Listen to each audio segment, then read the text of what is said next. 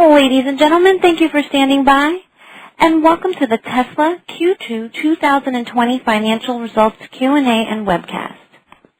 At this time, all participants are in a listen-only mode. After the speaker presentation, there will be a question-and-answer session. I would now like to hand the conference over to your speaker, Mr. Martin Vieca, Senior Director of Investor Relations. Please go ahead, sir. Thank you, Sherry, and good afternoon, everyone. Welcome to Tesla's second quarter 2020 Q&A webcast. I'm joined today by Elon Musk, Zachary Kirkhorn, and a number of other executives.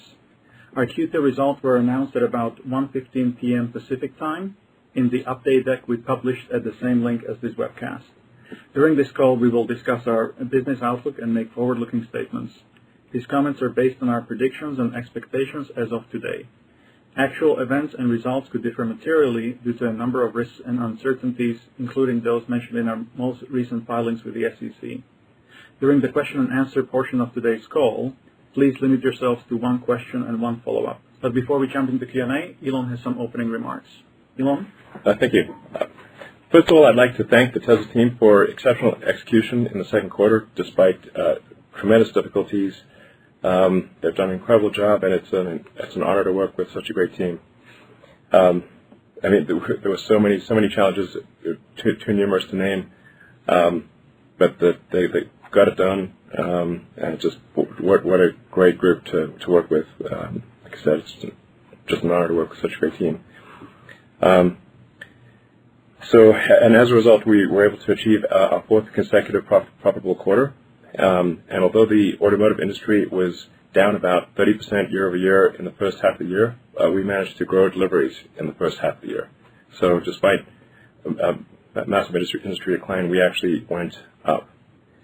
We're also very excited to announce that we're going to be building our next gigafactory in Texas. It's going to be right near Austin. It's it'll be about. I'll just go into a bit of detail on this, and then I'm sure there'll be a lot of questions. But the location is 5 minutes from Austin International Airport and 15 minutes from downtown Austin. And it's about 2,000 acres, and we're going to make it, I think, a factory that is going to be stunning. It's right on the Colorado River, so we're actually going to have a boardwalk where there'll be a hiking, biking trail. It's going to basically be an ecological paradise. Birds in the trees, butterflies, fish in the stream, and it'll be open to the public as well, so not closed and only Tesla. So if anyone's interested in working at Giga Texas, with engineering, production, whatever the case may be, please let us know. This is we're going to be doing a major factory there, and it's also where we'll be doing Cybertruck there, the Tesla Semi, and we'll be doing Model 3 and Y for the eastern half of North America. Now, at the same time, I want to say we will continue to grow in California, but we expect California to do Model S and X for worldwide consumption, and 3 and Y for the western half of North America. And we think probably also the Tesla Roadster, a future program, would also make sense in California. So I think this is a nice split between Texas and California, and just to emphasize, we'll continue to grow in California, but we'll be creating a massive factory and Cybertruck and semi programs in Texas. So, and I also want to just do a shout out to Tulsa, and just say thank you very much to the Tulsa team, the economic development team, and the governor. Really, I was super impressed. The whole Tesla team was super impressed, and we will for sure strongly consider Tulsa for future expansion of Tesla down the road. Let's see, is there anything more we want to say about? There's a lot of information, so anything else, guys? All right, well, I'm sure there'll be lots of questions. We've already started work on the facility, so some initial construction work, so it's already underway. Started this weekend. Let's see, moving on to other subjects, solar. We recently adjusted the pricing of our retrofit solar. So Tesla Solar is the lowest cost solar in the United States, and we added a lowest cost guarantee and a money back guarantee. So we're very confident that people will love our solar product, whether it's the solar retrofit or solar roof. Our solar is now 30% cheaper than the U.S. average. After the federal tax credit, Tesla Solar now costs $1.49 per watt. It's a very simple, highly automated, single-click experience. So definitely think about Tesla, whether you want a new roof or Tesla Solar roof, or you want solar on your existing roof. Either way, we're the company to go to. And then you can also get a power wall and have energy independence and be your own utility. So I think that product is really coming together, and it's only going to get better later this year. So it's just very excited about that business potential. On the additional technology stuff, we introduced the first production car with more than 400 miles range. So the current Tesla Model S now has an EPA-certified range of 402 miles. You can drive from LA to San Francisco nonstop and still have some miles left over when you arrive. And this is at highway speeds, so you don't have to do anything, drive slowly or anything. You can just drive normally and go very, very long distances. And then for full self-driving, we launched traffic lights and stop signs, and we're continuing to improve that and make it more robust. And we're currently testing full self-driving software for intersections and city streets and narrow streets. So I personally test the latest alpha build of full self-driving software when I drive my car, and it is really, I think, profoundly better than people realize. Really profoundly better. It's like amazing. So it's almost getting to the point where I can go from my house to work with no interventions, despite going through construction and widely varying situations. So this is why I'm very confident about full self-driving functionality being complete by the end of this year. It's because I'm literally driving it.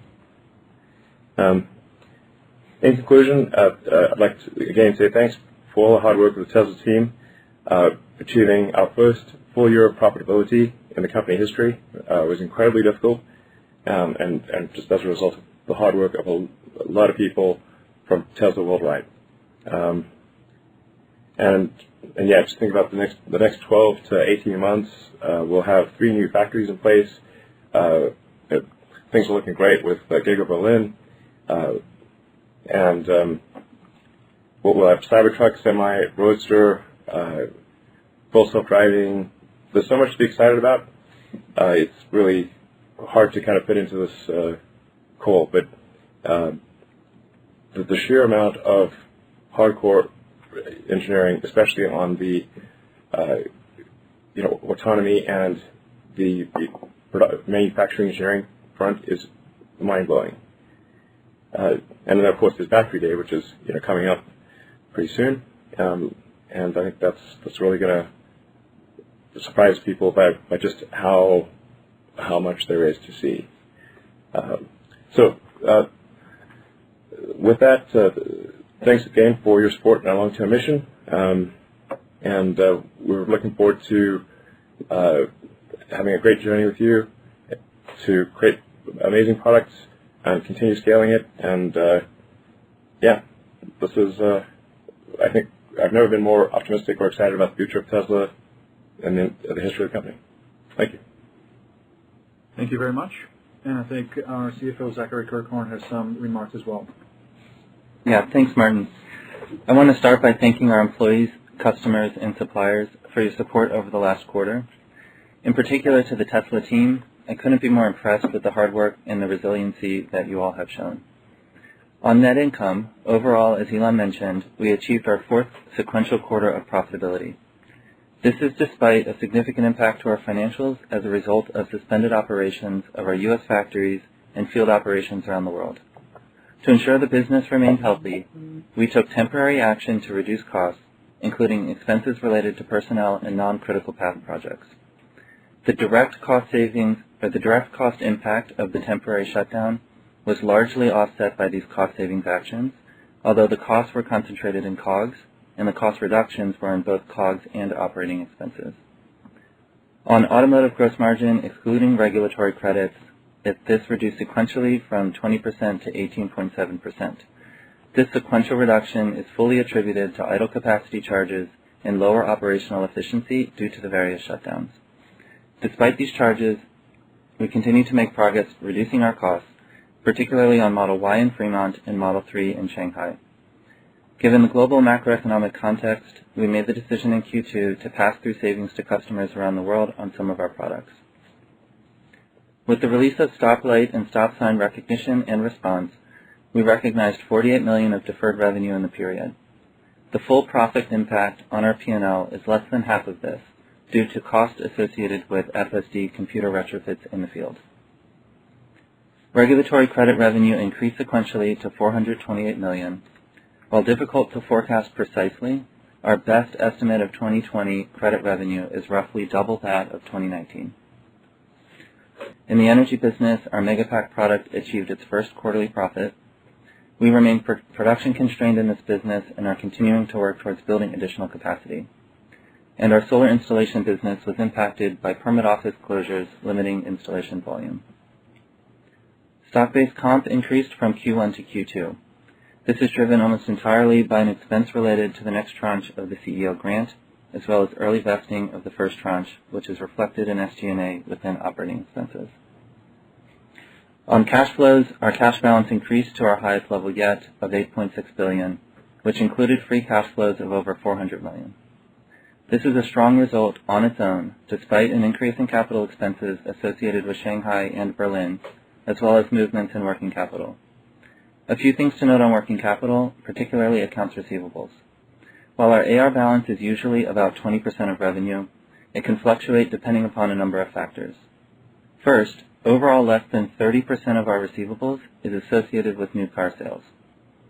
Second, due to payment terms associated with financing and enterprise customers, settlement timelines for certain methods of cash payments, and geographic mix of our deliveries, our cash balance and associated receivables are impacted significantly by how many cars are delivered in the final weeks and days of the quarter. Third, roughly 40% of the balance is attributed to payment terms on regulatory credit sales and statutory EV incentive programs, both of which have been increasing. Customer deposits reduced slightly as well. Note that as we transition to lower order fees across the world, the average deposit per order will continue to reduce, driving down this balance. As we look forward, Tesla was able to navigate through Q2 due to our agile and dynamic culture. We will continue to appropriately manage our cash flows through cost optimization and close working capital management. This is key as we remain focused on expanding production, scaling our operations, and preparing for the launch of 3 new factories over the next year and a half. Thank you very much. Let's go to questions from institutional investors first. The question number 1 is, as Tesla continues its journey towards the long-term goal of selling 20 million units per year, what are the most important vehicle programs that will drive volume growth over the next 3 to 5 years beyond Model 3, Y, and the Cybertruck? Cheaper, smaller versions of 3 and Y, or region-specific vehicles, or anything else? Well, I don't think we can comment on, our detailed product roadmap beyond what's announced, because I think we want to reserve that for product launches. But it would be reasonable to assume that we would make a compact vehicle of some kind, and probably a higher capacity passenger vehicle of some kind. These are likely things at some point. But I do think there's a long way to go with 3 and Y, and with Cybertruck and Semi, so it's a long way to go with those. I think we'll do the obvious things. Okay. The second question from institutional is, what is your vision for software at Tesla? What opportunities do you see for monetizing the installed base other than via FSD? Right now, by far, FSD is just overwhelmingly the most important thing. I think the upgrading of the fleet to full self-driving, essentially with an over-the-air software update, may go down as the biggest asset value increase in history as a step change. Maybe there's something bigger, but it certainly would be one of the biggest. I can't think of anything bigger. So overnight, $1 million, depending exactly on when it happens and when it's allowed in various regulatory jurisdictions, you'd have at least a few million cars suddenly becoming 5 times more valuable or something like that. It's only 5 times higher utility. They go from 12 hours a week of utility, something like that, or that's how many hours are used, to 60, something like that. Yeah. So everything else is pretty small by comparison. Now, when things do become full self-driving, so what are people going to do in the car? Well, I guess they're probably going to do productivity and entertainment of some kind. Watch movies, play games, and do work. But that's in the future. Yeah. We're already putting some games and stuff on the car just for fun. Yeah, we have been experimenting on that. And so, FSD remains by far and away the biggest opportunity in the near term. But we're putting the plumbing in place to be ready to scale other areas when the time is right. So premium connectivity subscription is something that we've put in place. And the ability to upgrade your vehicle through the app, for example, on acceleration boost, or upgrading a standard range Model 3 to a standard plus, adding rear heated seats. So these are things that we have, and we're continuing to get feedback from the field on other things that we can launch, and we'll trickle those in with time. Yeah, but they're all very tiny compared with, the step change to full self-driving, depending upon how you calculate it, is probably worth at least $100,000 per car. So that's a lot of software you have to sell. In the App Store or whatever. Thank you. The third question is also about autopilot. What are the most important upcoming self-driving milestones, and how do you think about timing?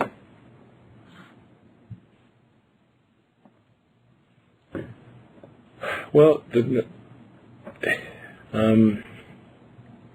actual major milestone that's happening right now is really a transition of the autonomy system, or the cars, like AI, if you will, from thinking about things in I call it 2.5D. It's it's basically taking isolated pictures and doing image recognition on pictures that are partially correlated in time but not very well, and transitioning to kind of a 4D where it's which is video essentially. You're thinking about the world in 3 dimensions, and the 4th dimension being time. So that architectural change, which has been underway for some time but has not really been rolled out to anyone in the production fleet, is what we're for full self-driving.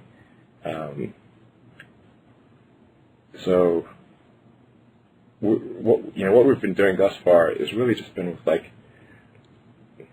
2D, mostly 2D, and like I said, not well correlated in time. So it's just hard to convey just how much better a fully 4D system would work. It does work.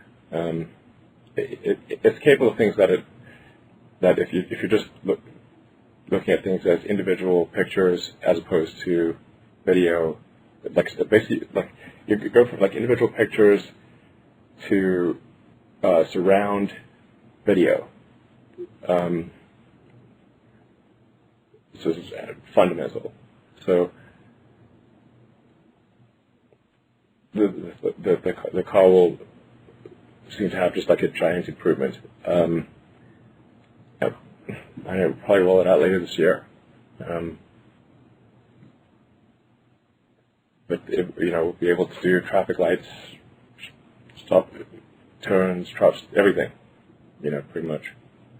And then it will be a long march of nines, essentially. How many nines of reliability are okay? So it'll definitely be way better than human, but how much better than human does it need to be?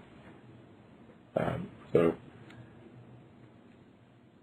that's actually going to be the real work. There's just a massive amount of work with each kind of order of magnitude of reliability. But you'll see it happen, and if you plot the points on a curve, it'll be kind of obvious where it's headed. AI in general, I think, is something, I've been banging this AI drum for a decade. We should be concerned about where AI is going.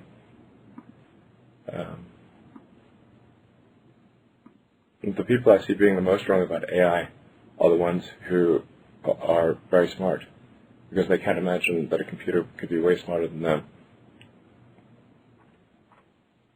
That's the flaw in their logic. They're just way dumber than they think they are. Thank you.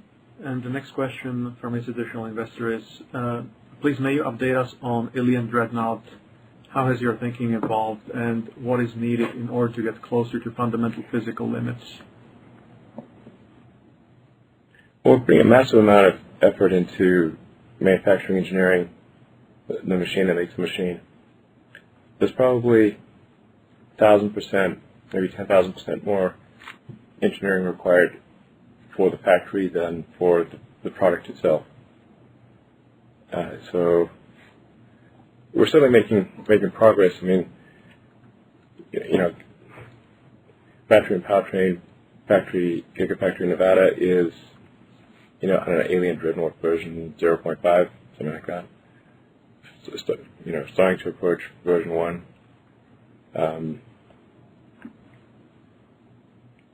We're getting way better at making cars. You can see that in Giga Shanghai.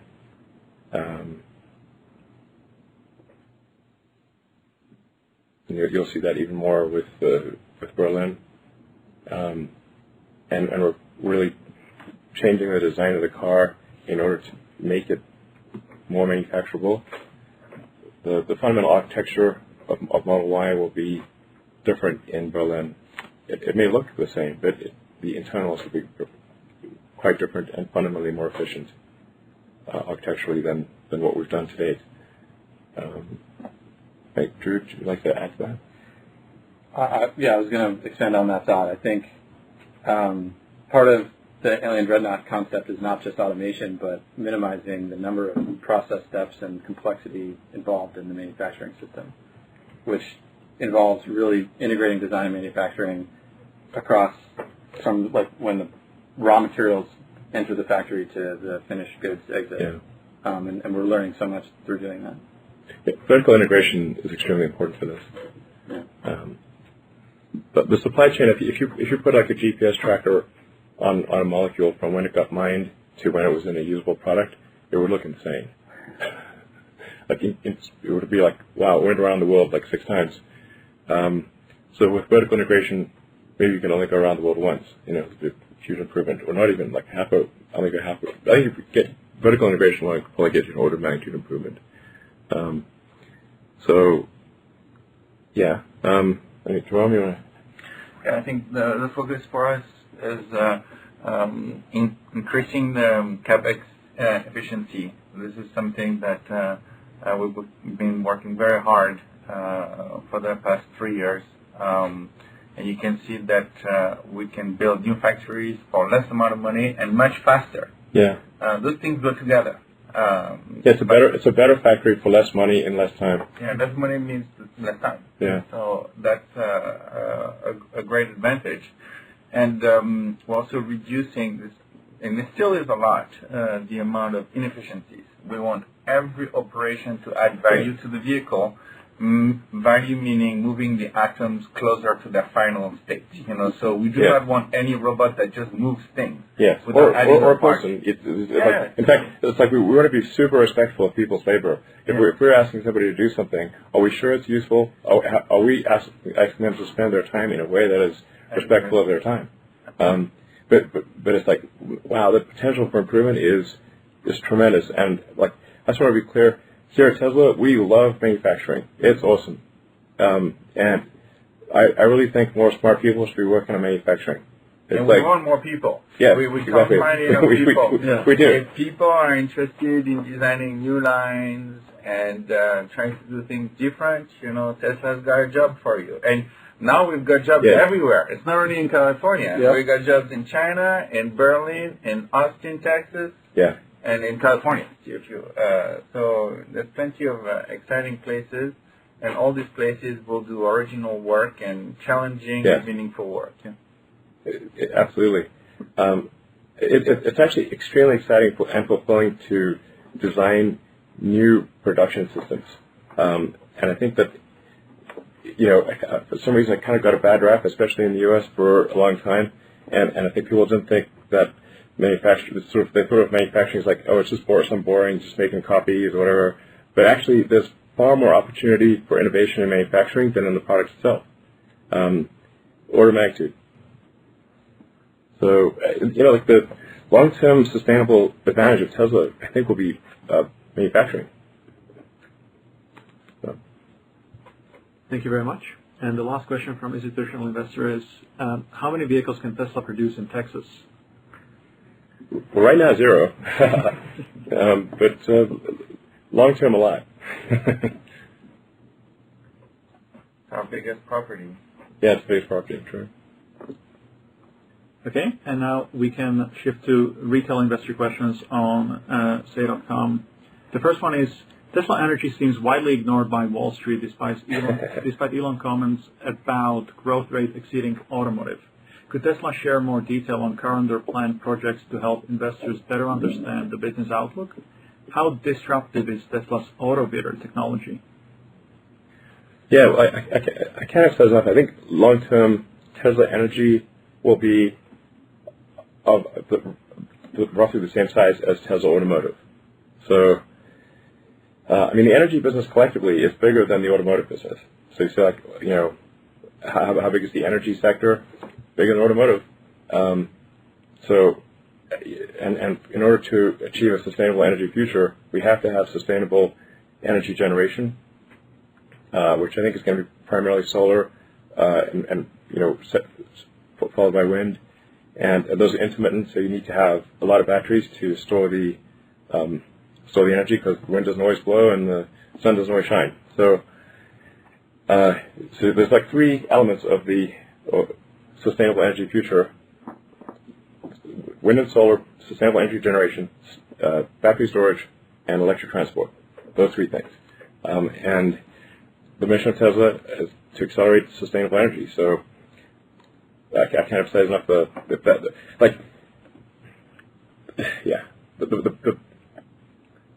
battery and solar will both be enormous, and they kind of have to be in order for us to have a sustainable future. And we've got a great product roadmap on that front as well. So we've been shipping the Megapack. It's very well received. Do you want to talk about that? I think the Megapack has represented itself and is an integrated, rapidly deployable, grid-tied storage battery of megawatt-hour scale. We're working with utilities large and small, not just utilities, but also just like microgrid and project developers of all type, and building our own projects where it makes sense. There's a lot of demand for the product, and we're growing the production rates as fast as we can for that product. And then on Autobidder is basically autopilot for grid-tied batteries. It's an autonomous energy market participation system that does high-frequency trading and ensures... That's a bad word. Sorry. Hazard efficiency training should be called front running. Sorry. We're not doing that. Doing anything like that. No, it's ensuring that the battery is doing everything it can to manage the grid intermittency of the renewables and just grid intermittency of all kinds. I mean, people turn their lights on and off, power plants turn on and off, factories ramp up and down, and batteries are great to solve those problems. Yeah, it just grid stabilization, at the millisecond level. Exactly. So it just ensures that things are super smooth. It's like a UPS, uninterruptible power supply of enormous size. But just ensure that the grid has smooth sailing, and then the batteries, the computers all interact with each other and make sure that they're working together to make the grid smooth. And this can be done with the power walls and the mega packs and the power packs all working together and interacting with third-party systems as well. Yeah, centrally or distributed. It does both. Yeah. I mean, it's necessary in order to solve the sustainable energy problem. So. Yeah, you can't plan power plants on the hourly scale in a renewable world. You need to optimize them on a minute-by-minute scale, and that's what we're doing. Yeah, the real limitation on Tesla growth is cell production at an affordable price. That's the real limit. That's why we're going to talk about a lot more about this on Battery Day, because this is a fundamental scaling constraint, and any part of that supply chain or processing at the cell level will be the limiting factor. So, whatever it may be, anywhere from mining to refining, there's many steps on refining to, cathode and anode formation, cell formation. Whatever the choke point is, that will set the growth rate. And so, we expect to expand our business with Panasonic, with CATL, with LG, possibly with others, and there's a lot more to say on that front on Battery Day. Thank you. The second question is, now that it's time to bring the Tesla Semi to volume production, can you share more detail on production plans? What weekly production rate is considered volume production, and when does Tesla expect to reach that rate?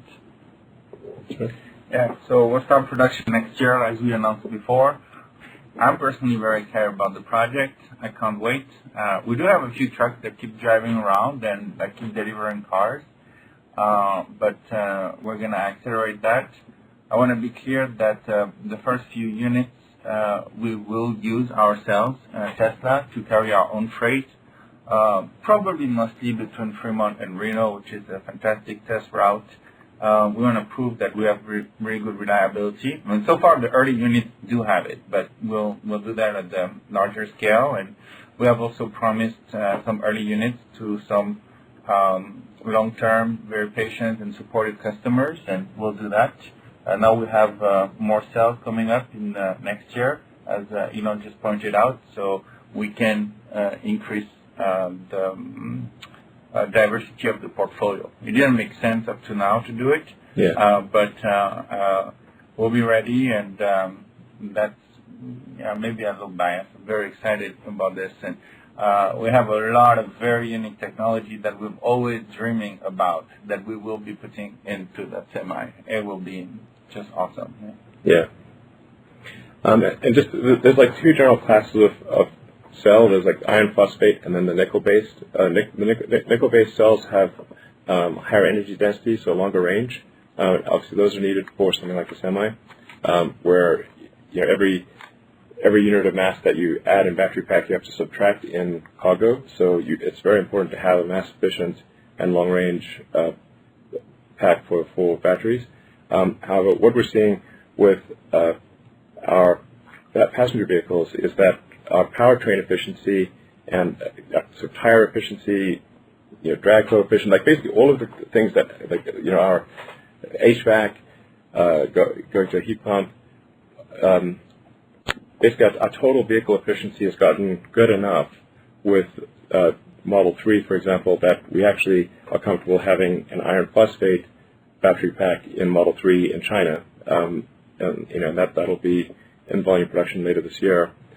So we think that getting a range that is in the high 200s, basically, but we think you probably get a range of almost 300 miles with an iron phosphate pack, taking into account a whole bunch of powertrain and other vehicle efficiencies. And that frees up a lot of capacity for things like the Tesla Semi and other projects that require higher energy density. So you have like two supply chains that you can tap into, iron phosphate or nickel. We use very little cobalt in our system already, and that may trend to zero along. So it's just really about nickel.